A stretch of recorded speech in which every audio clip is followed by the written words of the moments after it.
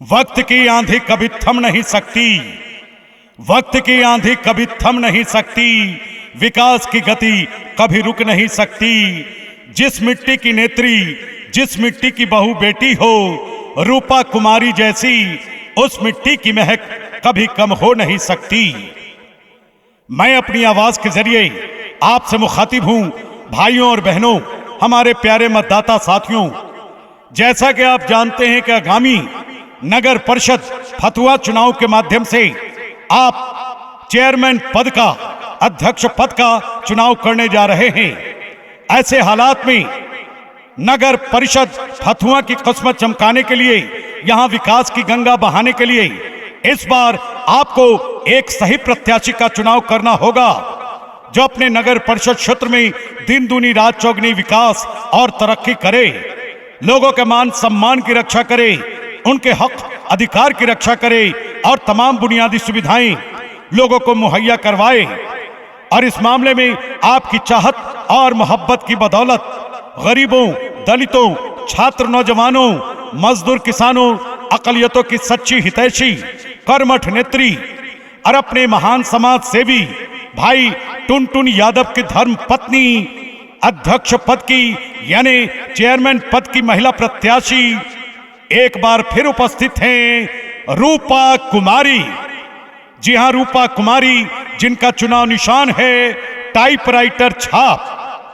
तो आइए दिल की तमाम गहराइयों के साथ इस बार के चुनाव में भी अपनी जानी पहचानी महिला प्रत्याशी रूपा कुमारी की जीत सुनिश्चित कीजिए और सब मिलकर उनके चुनाव निशान टाइपराइटर छाप पर ही अपना बटन दबाकर इन्हीं अपने नगर परिषद फतुहा से इस बार अपना अध्यक्ष यानी चेयरमैन निर्वाचित कीजिए। रूपा कुमारी जिंदाबाद, जिंदाबाद जिंदाबाद, रूपा कुमारी जिंदाबाद, जिंदाबाद जिंदाबाद, टुनटुन यादव जिंदाबाद, जिंदाबाद जिंदाबाद, टाइपराइटर छाप जिंदाबाद, जिंदाबाद जिंदाबाद, टाइपराइटर निशान जिंदाबाद, जिंदाबाद जिंदाबाद, नगर परिषद फतुहा की जनता जिंदाबाद, जिंदाबाद जिंदाबाद, नगर परिषद फतुहा के मतदाता जिंदाबाद। जिंदाबाद जिंदाबाद। आचारा पसारी के हो भैया, आहो चले के पैदल डगरिया। आचारा पसारी के हो भैया, आहो चले के पैदल डगरिया। वोट मांगे रूपा कुमारी जी, वोट मांगे टुनटुनु भैया जी। आहो आइलन तोहर दुआरिया, वोट मांगे रूपा कुमारी जी। आहे आइली तोहर दुआरिया। रूपा कुमारी जिंदाबाद, रूपा कुमारी जिंदाबाद, टुनटुन यादव जिंदाबाद, टाइपराइटर छाप जिंदाबाद, टाइपराइटर निशान जिंदाबाद, नगर परिषद फतुहा की जनता जिंदाबाद, नगर परिषद फतुहा के मतदाता जिंदाबाद। फतुहा नगर परिषद के हो चाचा जी, आहे चाची, दीदी, बहन, महतरिया। फतुहा नगर परिषद के हो चाचा जी, आहे चाची, दीदी, बहन, महतरिया। नंबर 11 बरुए, नंबर 11 पर बरुए। आहे टाइपराइटर छाप के निशानिया, वोट मांगे रूपा कुमारी जी। आहे आइली तोहर दुआरिया।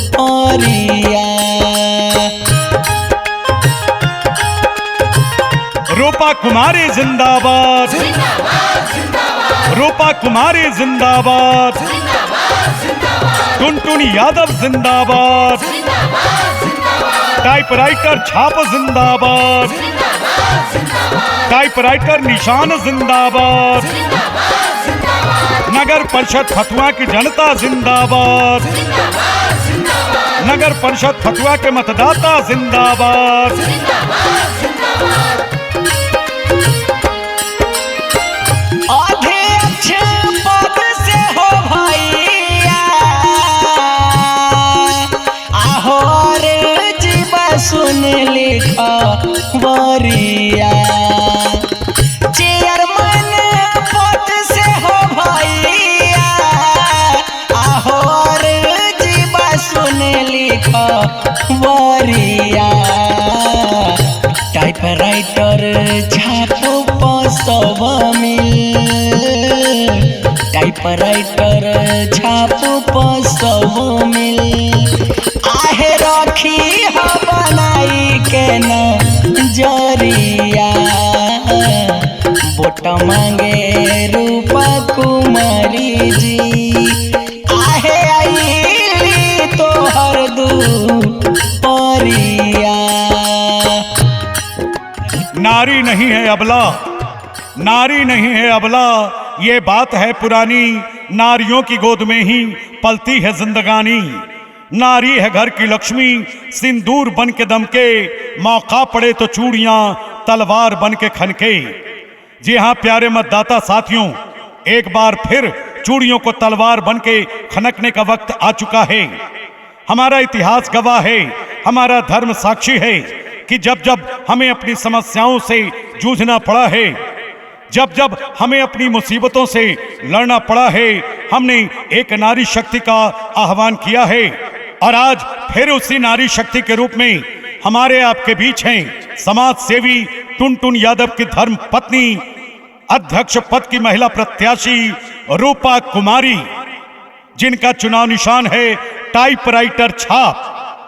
जी हां प्यारे मतदाता साथियों, जैसा कि आप जानते हैं कि रूपा कुमारी निवर्तमान मुख्य पार्षद नगर परिषद फतुआ से निर्वाचित हैं और इस कार्यकाल में न जाने कई ऐसे विकास के कार्यों को इन्होंने अंजाम दिया है जिसका लाभ लोग उठा रहे हैं। इसलिए प्यारे मतदाता साथियों, जो विकास का चक्र रूपा कुमारी ने अपने कार्यकाल में चलाया है, अगर आप उसकी गति और तीव्र करना चाहते हैं, विकास की रफ्तार और आगे बढ़ाना चाहते हैं, जी हां साथियों, जैसा कि आप जानते हैं कि रूपा कुमारी ने नगर परिषद फतुआ में नियमित गलियों की सफाई, नालियों की सफाई, प्रकाश का उत्तम प्रबंध, शुद्ध पेयजल की व्यवस्था, शौचालय की व्यवस्था, तमाम जरूरतमंदों को एपीएल, बीपीएल, वृद्धा पेंशन, विधवा पेंशन, दिव्यांग पेंशन योजना का लाभ पहुंचाया है।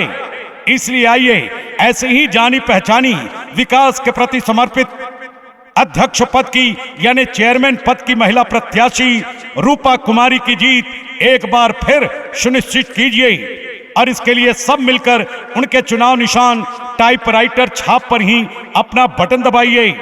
याद रहे, टाइपराइटर छाप जो आपके ईवीएम मशीन के क्रमांक 11 पर अंकित है, इसलिए 11वें नंबर का बटन दबाइए, यानी टाइपराइटर छाप पर बटन दबाकर रूपा कुमारी की जीत फिर से सुनिश्चित कीजिए। रूपा कुमारी जिंदाबाद, जिंदाबाद जिंदाबाद रूपा कुमारी जिंदाबाद, जिंदाबाद जिंदाबाद टुनटुन यादव जिंदाबाद, जिंदाबाद जिंदाबाद टाइपराइटर छाप जिंदाबाद, जिंदाबाद जिंदाबाद टाइपराइटर निशान जिंदाबाद, जिंदाबाद जिंदाबाद नगर परिषद फतुआ की जनता जिंदाबाद, जिंदाबाद जिंदाबाद नगर परिषद फतुआ के मतदाता जिंदाबाद। जिंदाबाद जिंदाबाद